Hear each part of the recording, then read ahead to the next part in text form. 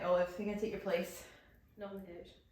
Oh, too many times on the couch. She's becoming such a little diva, right?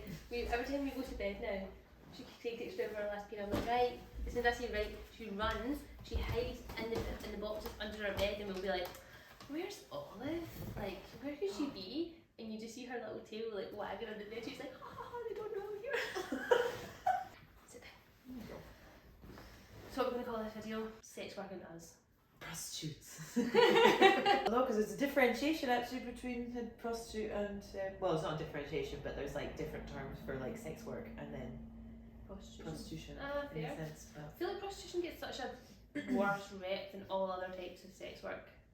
yeah, I think because it's been like so like taboo for like so long, isn't it? But What history? is it not the oldest profession in the world? Back in what is it, like Roman Roman time. B in higher history. Oh, I've got a 7. Not in higher, standard grade or something. Oh, see, did we make it to higher? Nah, we had a really hot history teacher though, Mr. Coxon. That make you pay attention to history, wouldn't it? I don't think they talk about prostitutes. Maybe not so much, but yep, sex work's been around for a long time. You ever been to a strip club? No, because all the girls went for Clet's 18th and now I didn't go. Oh, I got missed it. you can go. I can't remember why. It was Diamond Dolls in Glasgow, and they were all actually in uni, and they just sat and talked to the girls for ages about like how they're just working. Oh, it's like a good chat. It was nice. Remember we went to Amsterdam and we went on the wrong side of Amsterdam. We just looked in the windows. We went looked at the windows, but did we not go to the gay side or like the kink side? Oh yeah. We knew we got too far. We took one wrong turn. It was just like shit. And remember, the women were quite like, somebody was making fun of them out the window and they came out and they were like battering the person. Yeah. That was intense. Because it's much more, well, maybe not respected, but it's much more like protected as like a work in a sense, isn't it? But yes, it's us gathering facts because I think when it comes to sex and like wellness and all that sort of thing, it's like a massive part, and I also can't ignore it. And it also is like a part of a demographic which is like so ignored or also like very much misrepresented or judged. Yeah. Best way to put it. People don't want to talk about it, but then they want to have an opinion on it. And they also use it. So, like, Yeah. do you know what I mean? Like, they're like, the ones that judge it the most are obviously the ones that also are like probably the highest spenders, which is the irony of it. So it's like what makes them less of a person in your eyes if you like still would use it in their services. I know.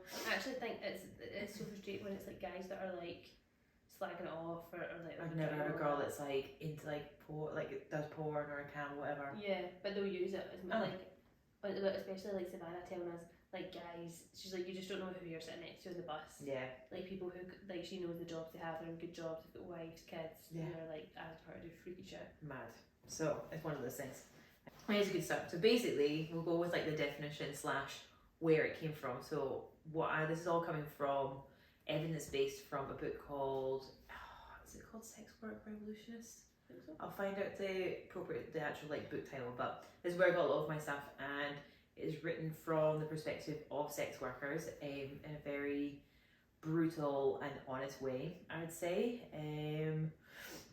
Just kind of like covering all the bases, kind of getting a real experience and kind of just seeing how much like they're overshadowed for like the whole of history and the whole of time, and still are.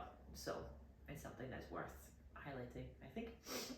But yeah, basically the term sex work was coined in 1978 by an activist called Carol Lee, which it refers to people who sell or trade sexual labour in exchange for resource, which is often money, but also can be alcohol, drugs, and shelter. That's true, because I guess some. But then that's so broad, because even like some women, like if you think about it, right, hear me out. Real Housewives girls trip. Yes. A lot of those women are with the men for the lifestyle. They openly say, I want a man who can provide for me, blah blah blah, and they like joke and be like, oh, how did you get that? And she'll be like, the thing I'm best at, like, I'll talk about sex, whatever. So then it's like doing it purely for money when you're a woman who is like in destitution is like not okay. But if you're like good looking pretty woman white in America and you're trying to get a rich Privileged. man, really, that Yeah. but still prostitution. You're really exchanging sex Yeah. for If a it's like lifestyle. going along like definition terms, like absolutely. Yeah. And some people genuinely are in relationships or marriages, which is very much like transactional like that. Mhm. Do you know what I mean? Like they give you the lifestyle or they give you whatever, and then you give them. You look good on their arm and have sex with them. Yeah. So what's the difference? It's Just because they are privileged, isn't Yeah. it? It's class.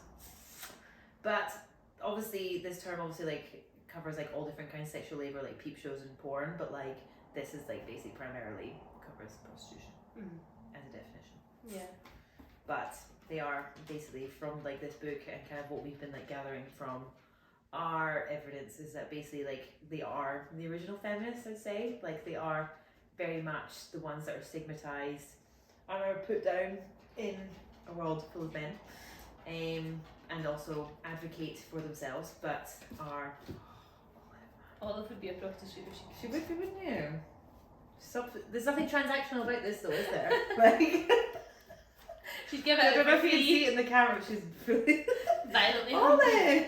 violently humping his leg. Stop! Ad break. Right, chill. Okay. Chill. Just getting horny to even Sit talking down. about it. But yes, basically there's like evidence literally from like the beginning of time back in like medieval Europe where there is like evidence of like brothels and things, and they, whenever their labour was like threatened or they were like threatened to get shut down, they would do like protests and standoffs and all that sort of Oh, thing. nice. So they've been like fighting their corner from Yeah. the beginning. The dawn of time. Literally the dawn of time. And also they're like the original kind of, I don't know, when you think of like your normal definition of like family and disjointed families and things these days, like it comes in all shapes and sizes, and I think they really kind of started the whole kind of community thing, because there was like evidence of them back in the day working together as a community, and then they would like share their income and share their childcare and stuff. So they've nice. always been like a group as a community that always like shared. We say it as they, as if they're like separate from us, but I think when people are talking about it, like that's what they come under. But it's actually Wow. really nice that they kind of, and I guess that's true because like even now with the cam girls, like they have their group chat where they're all like giving each other tips. Like it's nice that it's not like competitive. almost. Yeah, and I think if you're like in a, well, I don't know if you would put them in a minority, maybe they are actually, and like if they're shunned from society, Yeah. like they have nowhere else to turn apart from You'd each find other. comfort in each other and Mhm. like understanding like your perspective and Yeah. stuff.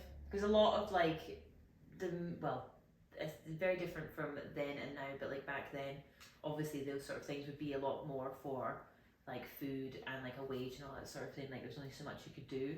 So the fact that they're like kind of helping each other get through by taking care of each other's children so they can like work or get money to put on the table. Mm-hmm. Like food on the table is like, oh, sad, but also quite what's the word? Poignant, yeah. Is that the right I word? don't know, maybe. Humbling. Humbling. There's like we found so much in this book, like honestly, I barely even got through half it because there's so much, and like the language in it as well is just like a lot to like pick through Right. without adding like basically just me like long-winded like explaining so many different things, because basically she goes into discussion of like whether sex is good, sex is bad, our impressions, and how that links with like prostitution. So like obviously sex sells, we all know that. Mm-hmm.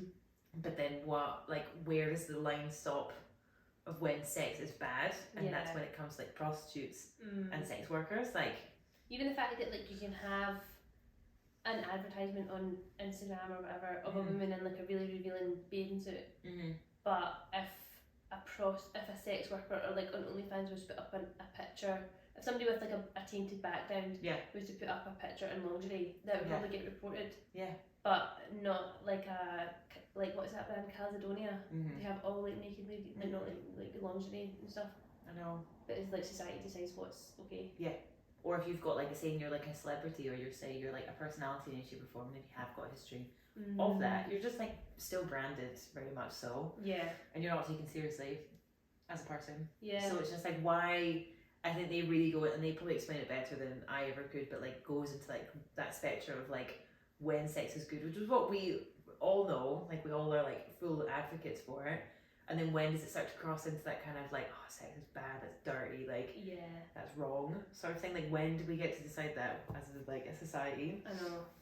And they like fall into that spectrum as well, and they very much like each individualized like sex worker also advocates for that in a sense. So yeah, it's a lot. So you have to read it. That's basically what I'm saying. It sounds good though. It is really good. But she has some amazing, like interesting, like historical stuff. Like obviously, like we're talking about like back in the medieval, but there's also like in like through like 1970s and like going forward, there's like some mad activism. Obviously, as like the feminist movement came through, like Gloria Steinem and all that sort of thing was really kind of like Gloria, our gal, came forward. There was also like many other like prominent activists that were spokesperson, because I think what the main point that they were trying to make is that even though there's a huge kind of like feminist movement thanks to like Gloria and all that sort of stuff, sex workers were still very much like forgotten about in a sense. Oh, really? Or in a sense the kind of like narrative switched. So basically moved from sex work being like bad and dirty as it always has seen since like, you know, medieval Henry Tudor times, you know, like you're a whore, all that sort of thing, like to them being like it's wrong that it's even like a thing in the first place. Like it's wrong that people pay, like men pay for sex and men are bad for that, and they've created a space, and like anyone in sex work are like bad feminists too, because they're also like advocating for it. Do you know what I mean? Like it was kind of like this big switch, and once again like sex workers were still like stigmatized and forgotten about. So did even those feminists not back them? Not really, I would say. There's like a lot of like chat around it and like lots of different opinions, and just I don't know, it was kind of like a little bit like a savior sort of impression, where you're kind of just like, oh, I need to save these women because they don't want to be in it, like, you rather know, it's than just men to their choice. there is like, I think basically you need to accept that there is like an industry and a space, and it's not going away. Yeah. And they are in some cases very vulnerable, and like we still don't protect them. Even the fact that like Edinburgh, if anyone doesn't know, Edinburgh City Council, it's not shut down yet, because I know people were there last weekend, but like shutting down the Pubic Triangle, which is like the three strip clubs, which is also a massive tourist attraction.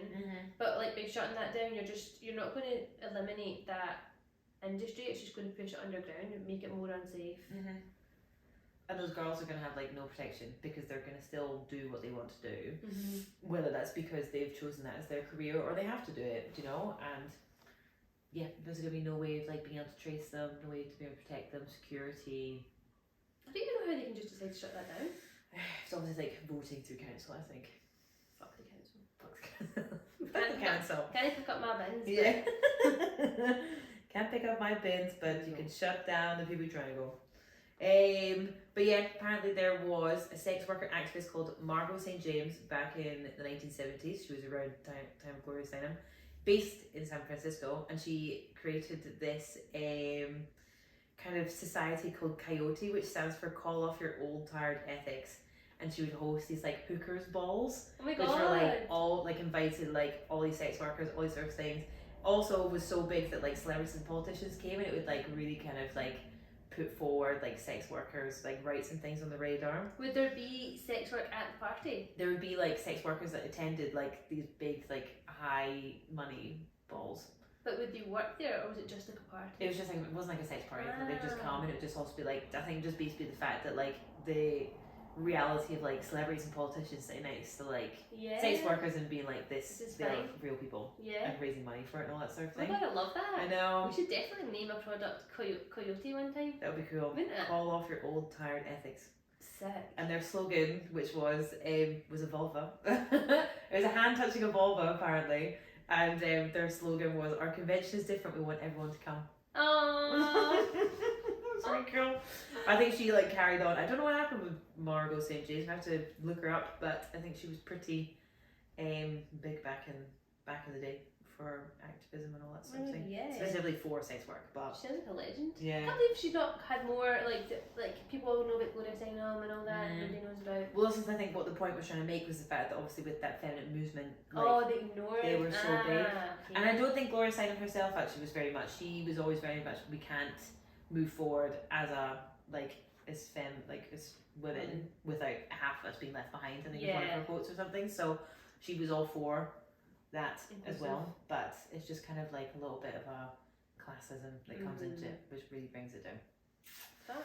But It's one point to be remembered, actually, I think, when you're thinking about what you think or your definition of feminism is. Yeah, fair. You have to include all of them. You have ended up on the sofa. Well done. But we kind of like gathered some like facts and all that sort of thing, because there's loads of basically in the UK, because obviously there's around the world prostitution is very, very different, and I think coming from our point of view, I think we can only speak on the UK because America's laws are very, very different, views on it, and even like third world countries and stuff, like it's a completely different ball game. And obviously the inequality in that is very much prominent, and I think you have to look at it from like different aspects, in the sense of obviously in those kind of areas much more unsafe, much more like stigmatized. Here it's a lot more debate about it being allowed to have a space, and like is it still illegal here? No. Prostitution, isn't it? So basically, prostitution is not illegal in the UK, but related activities such as like soliciting in a public place, like pimping or like curb crawling, is against the law. So how do you get the client? This online? is the thing, you're going to be kind of sneaky. So obviously online is obviously like a massive like web space, so like phone calls, all that sort of thing, but like prostitutes that actually like work on the streets, that's illegal. That's legal. I wonder why. I don't know if it's just like in public eye.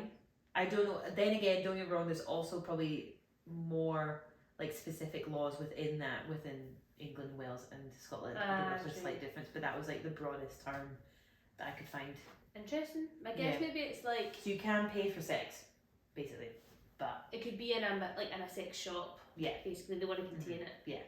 Right. Like I could call someone and I could go to theirs and pay them for sex, or like they could come to mine. Yeah. Not that I'm going to do that, but this is just purely facts drawn from a UK stats website, which I think were the most recent ones were kind of in, I'm going to go 2017. These were mostly based off. I don't think there's some new up-to-date ones really recently, but basically there are estimated 72,800 sex workers in the UK, and 88% of them are women. To be fair, I thought it'd be even higher, the percentage are women. Well, I suppose, this is the thing. I'm trying to think of like, there will be like gay. Yeah. 88% of them are women. I guess it's because a lot, like women typically, obviously they're on lower incomes with the pay gap and stuff, so then it's like, it's a profession that you can get into relatively easily. Relatively easy. Like not from a, like I'm sure it takes a lot to actually go through with that, not to like diminish like the actual act of it itself, but in terms of like, I suppose like the client base majority is men. Yeah. So you are like guaranteed to get clientele. Yeah, true. Yeah, it's just like a thing from the dawn of time. But most of these sex workers are mothers supporting families in the UK, so that's also a thing. You wonder where.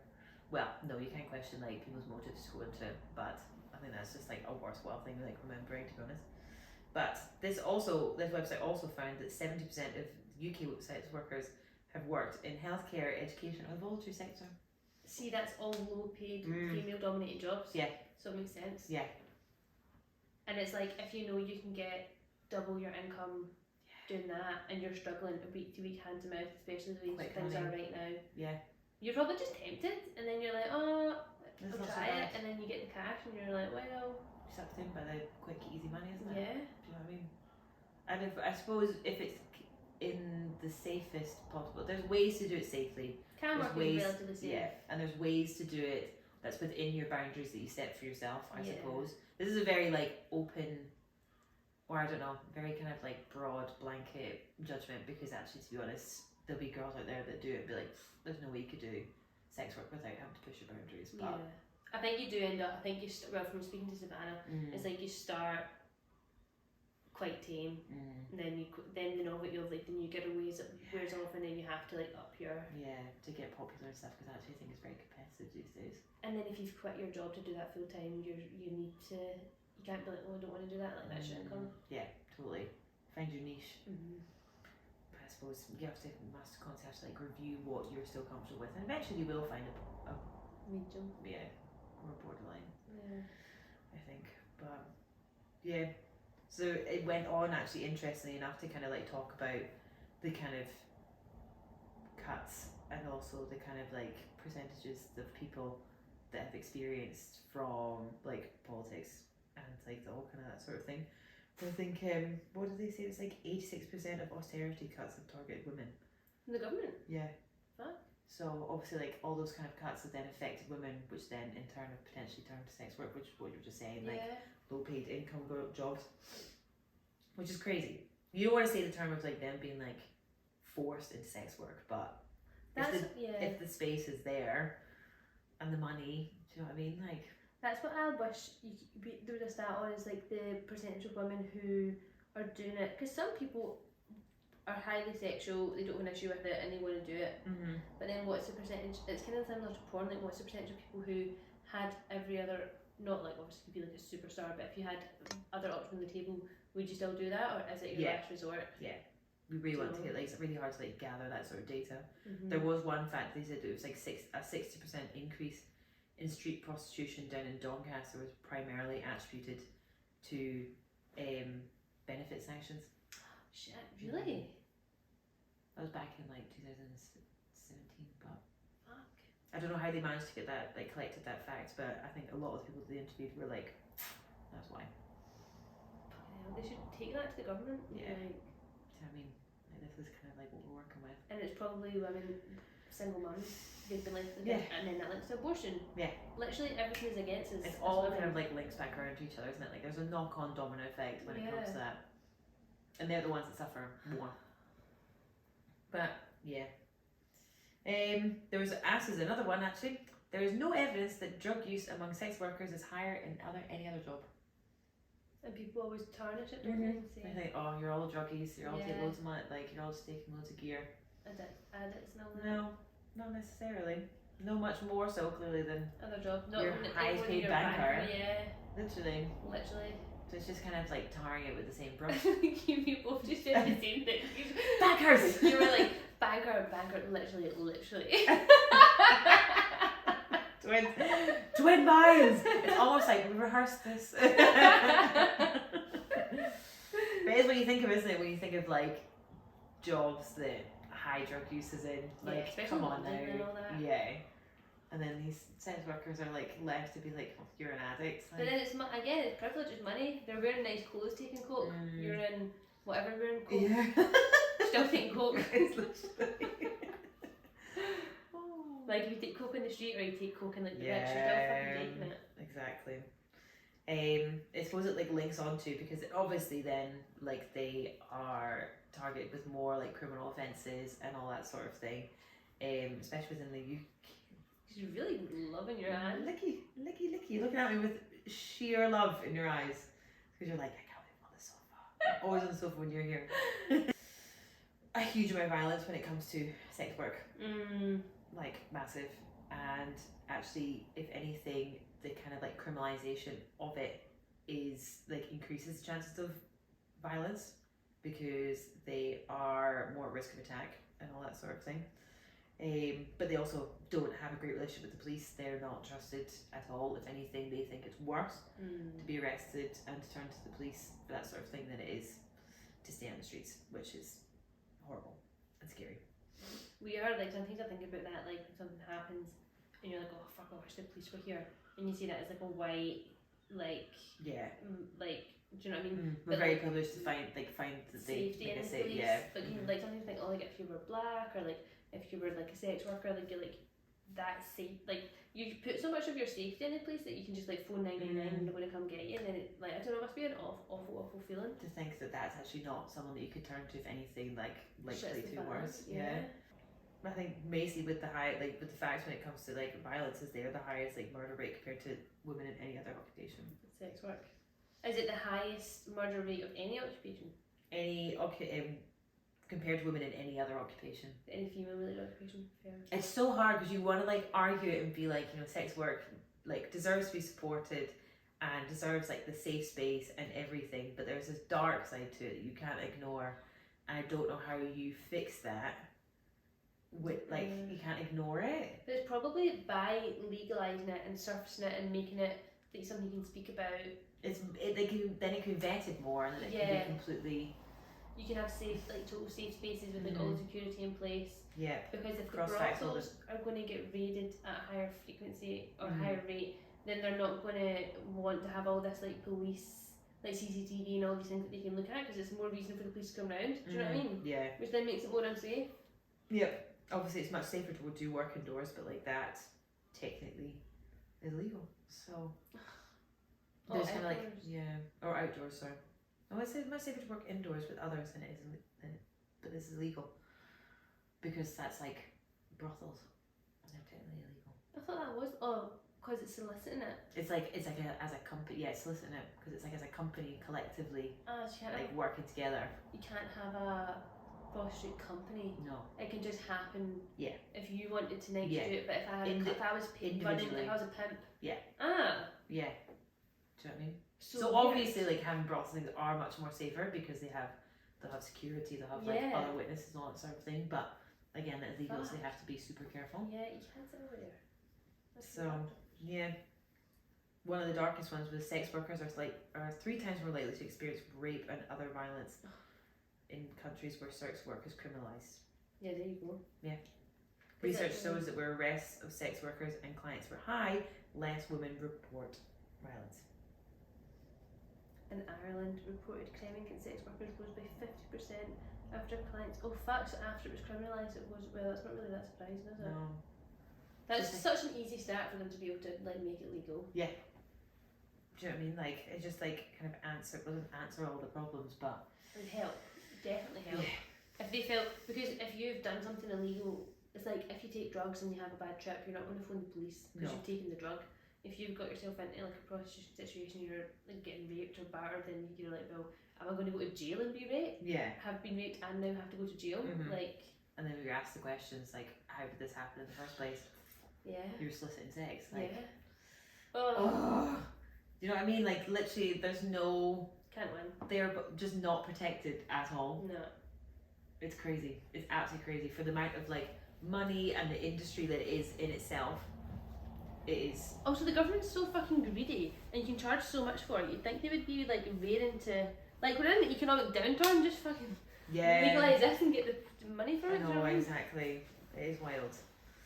But there's I think also it links into like they less likely are going to get like healthcare and things as well. Like they're not going to go and get their checkups. They're not going to go and get like seen to when anything happens to them. Partly from judgment as well, probably.